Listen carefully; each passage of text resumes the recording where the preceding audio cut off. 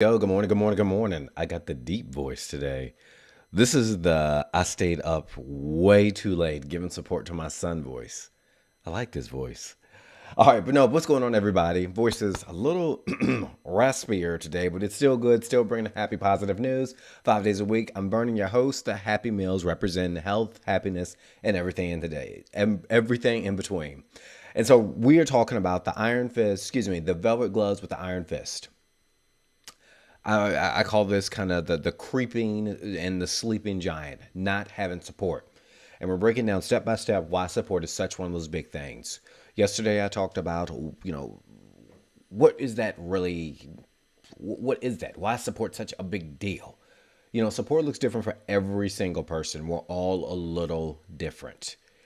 But ultimately, we can all agree it's having someone who's checking in with you, it's having someone who encourages you, having someone who holds you accountable in the way that you like to be held accountable. Nagging somebody or saying, oh, you can do it, come on, come on, come on, could be offensive to some, more supportive for others. It's a little different, but it's ultimately being there.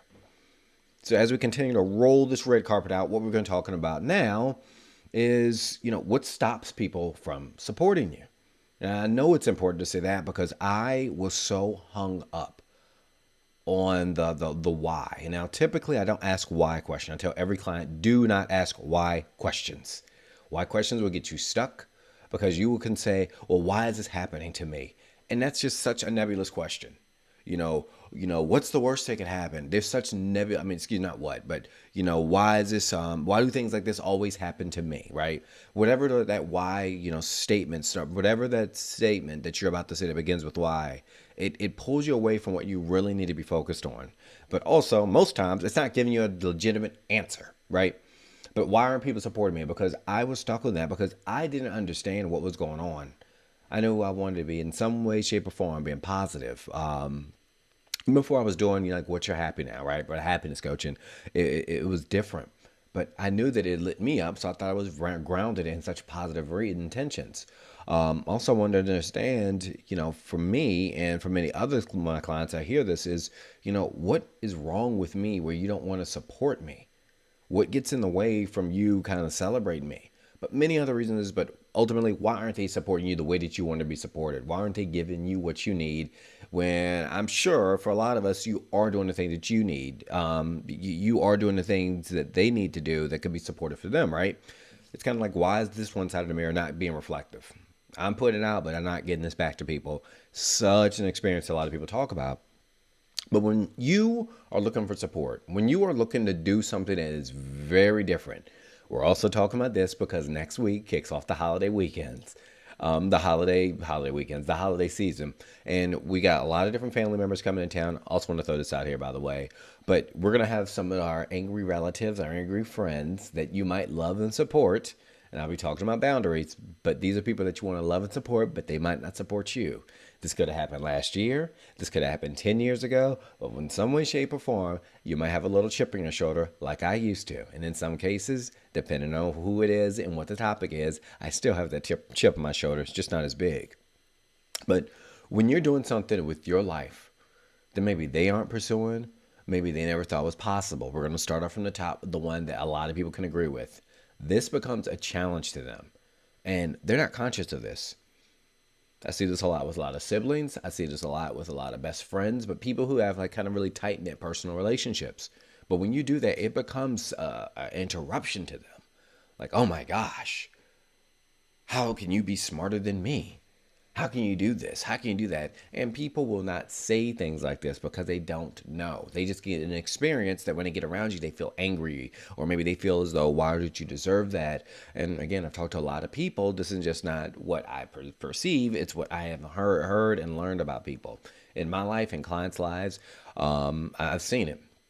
But they're like, how can you do that? And it could be that they don't think that, they're better than you, but they could think that they're more deserving than you. They could think that they worked harder than you. They could think they've invested more than you. But for some odd reason, they are not happy about what you have. They're not happy about your pursuit. They're not happy about what you want to do different with your life because they might not have brought it into their life. They might not have thought it was possible for them, but you're doing something that they never, I wouldn't say never thought was possible for them, but you might be achieving more than them. So sometimes people are going to feel away. Some people might even be the dreaded jealous. Some people might be upset that you didn't just listen to what they said, meaning that they don't have any power or provocation over your life. Some people get like that. Well, didn't I tell you not to do that? Now you did it. Now they see you as defiant. And, no matter which reason it is, when you're going back with these whys, the derivative of it is, whatever derivative of it is, it doesn't change that you're not getting what you need. I know that why is super important many times because you want to know why people aren't doing that, especially if you're just like myself, when you just want people to be better, you just want things to be the way it should be if we're going to should on ourselves, or just the fact that you just want to go out there and do something different that can bring more meaning to your life. Maybe it could bring more intention or more support, just more consideration and things that you have going on. Because when you're looking for a new job, for example, some people will get upset with you and not give you support because you want to make more money than what the family maybe had projected possible for them. Because maybe they had some type of possibility blindness. And it could just, make them feel away. I'm not saying that it's right. I'm not. I'm just trying to give you a basic understanding. I'm not saying that this is fair. I'm not saying this is something you need to be proud of or excited about. But that why freed me up so much. Because that really hurt my feelings, and I've seen it hurt many other people's feelings. Another reason why people won't support you, they don't see what you see. They could see more risk than anything. I see a lot of this when I'm working with, maybe younger persons, and they might have maybe a parent, maybe it could be a guardian, maybe it could be just someone who's been like a godparent or something to them. They could be so ancient and so tired, or just in a place where they're thinking that they might not even have the energy, may not have that capacity at that point to see what you can do. Because if you say, hey, I'm starting a new business, some people get stuck on the fact that, oh my God, this is the most dangerous time in the world to start a business. Oh my gosh, I failed when I started a business. I've seen your Uncle Jim fail. I've seen your Aunt Susie fail. The guy across the street, the girl across the street, whatever. They start seeing this. Or they could just see that immediately that no one's going to like you. What I'm saying is they will see more risk than anything. And you could even see that risk, but you're not worried about it because maybe you have more skill, or maybe you have a skill that they don't know about, because that could also happen as well. But when you start seeing more possibility and they see more, a possibility of failure, people aren't going to support you. You'd be a dummy to expect someone to say, hey, mom, hey, dad, hey, whoever, I'm about to jump out this plane. It's a 40% chance this parachute might work. It's a 70% parachute this might not work. There's a 10% chance that this parachute might not work, and expect everyone to be celebrating you. It sounds silly to say I'm about to do that, but that's how some people see it when you say I'm going to do something different. Who would want to support you when they think they're about to hurt you? Oftentimes, when I've worked with many couples, many families on support, the velvet glove and the iron fist, because it hits you in the stomach, it hurts.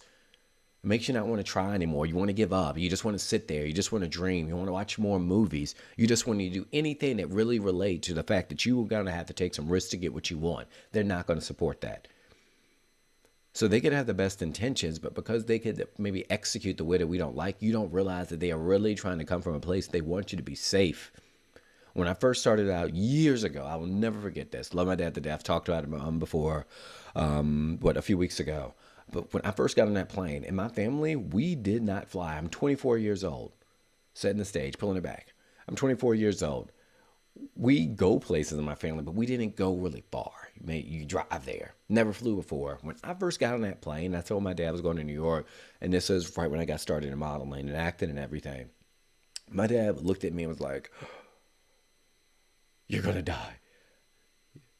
Kid you not. And then he shook my hand at the airport and just looked at me and just shook his head. How can he support me when he thinks it's over for me? It's an experience for him. For some persons also, as they get older or as they become almost ancient in what they've experienced and maybe more conservative in some of their thoughts or in actions, that is like, oh, whoa, that's a big step up for some people. And when you have that kind of a big leap for some people, they cannot get there. You can't expect people to see that you got this hot dream in your head. You're walking out on stage, you're going through things, but where you are at is this cool little place, this ice cold place in your life. People will see that's going to be, a heck or how hard watermelon for you. Why would we want to support you doing that? But, why I'm telling you this, I have to repeat this, is at the beginning, The why will get you. It gets to me some days. Few and far between, but there's sometimes when I'm out there and I'm doing my thing and I still feel like, is this real? Is this not happening? But you just don't pay attention to it as much. But you have to get to that place where almost where you're moving so fast. It's kind of like when you're riding riding a bicycle in the rain, or you're going really fast. When you're going slow, just you're pedaling your bike along. When that rain comes down, because it's raining here, rain comes down, it feels like every drop is getting you. But as you move faster and faster, and you start getting more momentum, it's few and far between. You feel those things, but you're so focused on the wind. You're so focused on keeping the bike steady. You're so focused on looking what's ahead of you. You're so focused on the fact that, man, I'm going this fast that you don't even notice how wet that you get. You don't even pay attention to it as much. It's there, but you don't notice it as much. Some in many cases at all. But it's about getting the speed up so you can keep going. Some of us, again, are stepping into a very slippery slope time of the year. They might not support you. They might love you in a way that you don't agree with. But I'm telling you this, you have to keep going. Tomorrow, we're going to unroll this carpet on part 3. If you got any questions, just like I've been getting, keep sending those comments. Also, I want to thank everybody for those 1,000 subscribers on YouTube. I hit that mark, what's today? Tuesday. I hit that mark Sunday night. Super big moment for me because I never even thought I would do a YouTube, and I'm super thankful for you all doing that. If you got any questions, send me a message here or send me a message at vernon@whatyouhappy.com.